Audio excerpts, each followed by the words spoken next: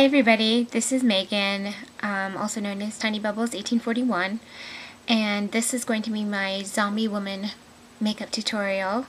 This is actually a recreation of an entry I just recently did for Panacea 81's Halloween contest, and unfortunately I didn't win, nor was I a runner-up, but there was a lot of really good talented people in that contest, so I didn't really expect to win. But I did receive a lot of lovely comments, and I want to thank everybody for being so supportive and wonderful. And those comments make my day. They really do. They make me feel so awesome, and they make me feel like what I'm doing is important. So thank you for that. And that's why I decided to do this tutorial, to show everyone how I created that sort of disgusting, albeit interesting and fascinating zombie woman. So if you are interested, stay tuned. Thank you so much. Gotcha.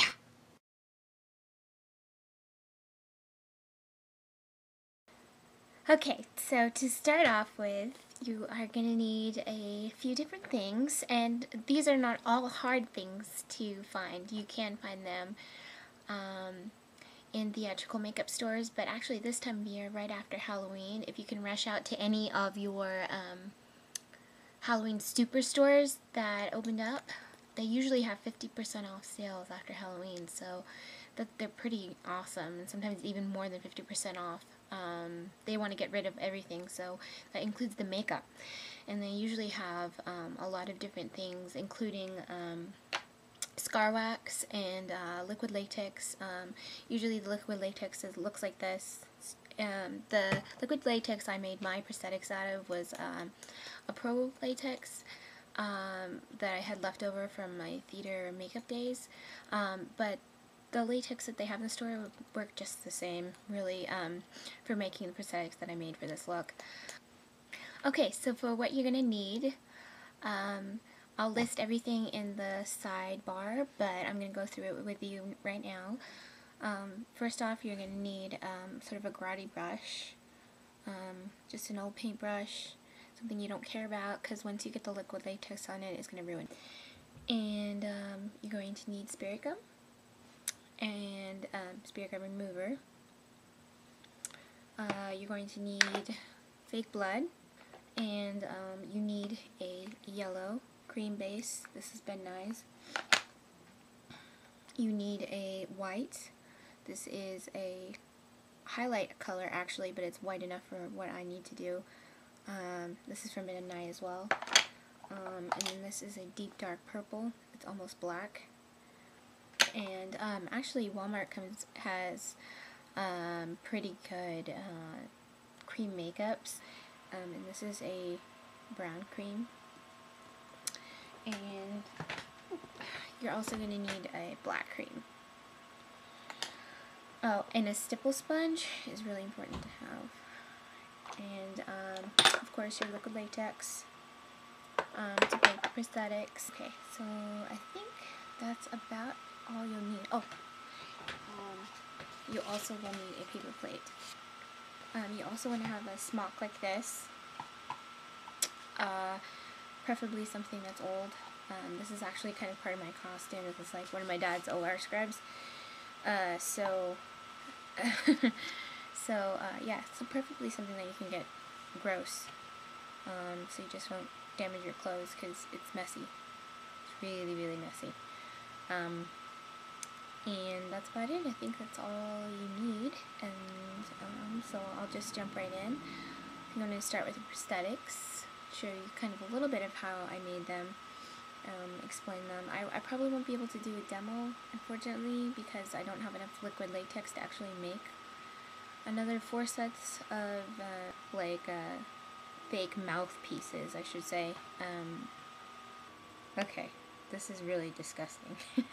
This is the first prosthetic that I made for my face, and as you can see, it has just like 2 little strips of latex coated tissue. So I took a tissue, I ripped it, I took it like this, I rolled it in kind of a log shape, like that. I put it on my paper plate, and I coated it in the liquid latex. And then you kind of want to roll it and keep rolling it, and at the end you'll get you want to coat every side of it, and at the end you'll get like complete prosthetic. And you want to let it dry. You don't want to let it dry on something papery because it will dry and stick to the paper and transfer onto your prosthetic. So you want like a clean surface. I just use CD covers. It's easy to get off the plastic, I should say. I sanitize the plastic first and then let my prosthetics dry on that. Okay, so same thing goes for the bullet hole wound that goes on my forehead. This is also tissue that I coated in liquid latex, and all I did with the tissue that was different is I bent the two shapes together while the liquid latex was still wet and kind of joined them together, and they kind of fuse. Once it's dry, it will be a nice little bullet hole for you. And then you can fill it in however you want. So that's what's cool about it. So that's the last prosthetic, and it's really easy. I will have to try to see if there's any other tutorials on here on how to make your own prosthetics. I wish I had more liquid latex because I really would like to show you. Maybe at another time though. I will put up a video on how exactly I made them. But for the purposes of time, because this actually is going to take a while, I can't exactly show you, so sorry about that. Okay, so you want to start out with clean skin. You don't want anything on your face, otherwise the spirit gum won't attach the prosthetic to your face as well. This will just fall off, so yeah, you definitely want clean. If you could use like a toner on it before, just to get off any surface oils, that will help too. And what I'm going to do is coat both sides of the prosthetic and get a generous amount on the edges, because that's where they have to stick to your actual face, and you want those edges to blend in really well. Once it's kind of all spirit gummed, you want to kind of let it dry, make it a little bit tacky. Okay. Okay, I'm gonna attach it to the side of my mouth. Like that. And kind of hold it for 2 seconds, and make sure your mouth is open as much as possible. Why did I do that?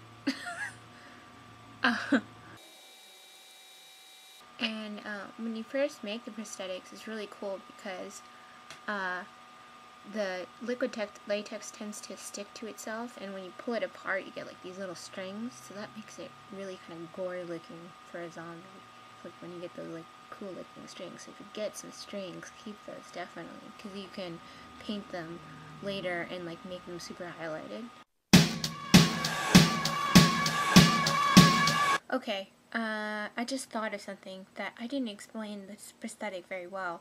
So you make 2 in total, and then it's just like the top one, bottom one. Then these are the other things that I forgot to mention that you need is safety pins, because that's the gory part of the look for this zombie, is that she uses safety pins to put together her ripped open mouth. And you just want to thread the two pieces together with the bobby pins, with the safety pins. Okay, so now I've got both of the side prosthetics attached, and they will continue to dry. Your skin underneath is going to feel a little bit itchy. And then I'm going to attach the bullet hole in much the same way as I did the other prosthetics, using the same spirit gum.